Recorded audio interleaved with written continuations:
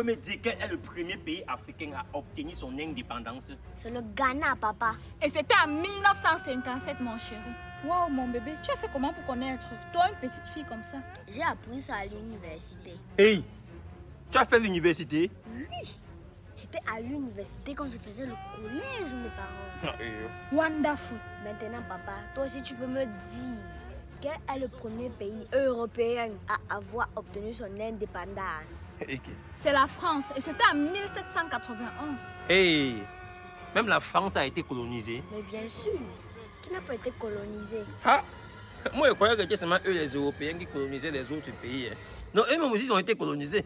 Même eux, ils ont subi. Ok, mais vous pouvez me dire, par qui est-ce que la France a été colonisée? La France n'a pas été colonisée par une puissance unique, mais a subi plusieurs occupations et colonisations à différentes époques.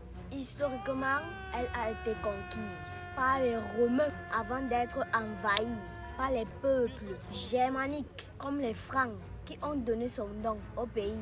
Plus récemment, elle a été occupée par l'Allemagne de 1940 à 1944, pendant laquelle elle a été gérée comme une colonie. Exactement, ma fille. La Gaule, qui est aujourd'hui appelée la France, a été conquise par les Romains sous Jules César. Plus tard, les envahisseurs germaniques, dont les Francs, se sont imposés. Et pendant la Seconde Guerre mondiale, la France a été occupée par l'Allemagne nazie. Le territoire a été exploité économiquement au profit de l'effort de guerre allemand, avec notamment des réquisitions et des indemnités financières. Et la France a également été colonisée dans le sens de l'exploitation. Cette période est souvent décrite comme une colonisation, car la France, bien qu'étant une nation occupée, a vu son économie et ses ressources mises au service de l'occupant. Une situation similaire à celle des colonies. Waouh, chérie, tu m'impressionnes.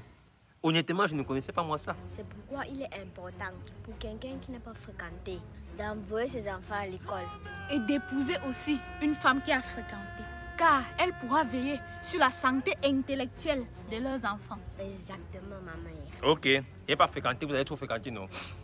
Vu que vous êtes très intelligente là, vous pouvez me dire quel est le premier pays africain à avoir un système ferroviaire? Bien sûr.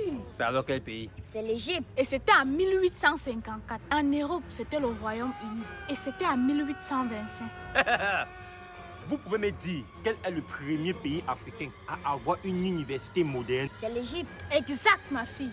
Et c'était l'université du Caire en 1908. Et en Europe, c'était l'Italie avec l'université de Bologne en 1088. Pourquoi à chaque fois que je te pose une question sur l'Afrique, tu me dis aussi pour l'Europe?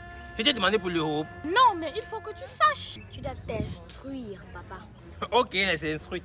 Vous pouvez me dire quel est le premier pays africain à avoir une colonie de téléphonie mobile? C'est le Congo-Kinshasa. Exact.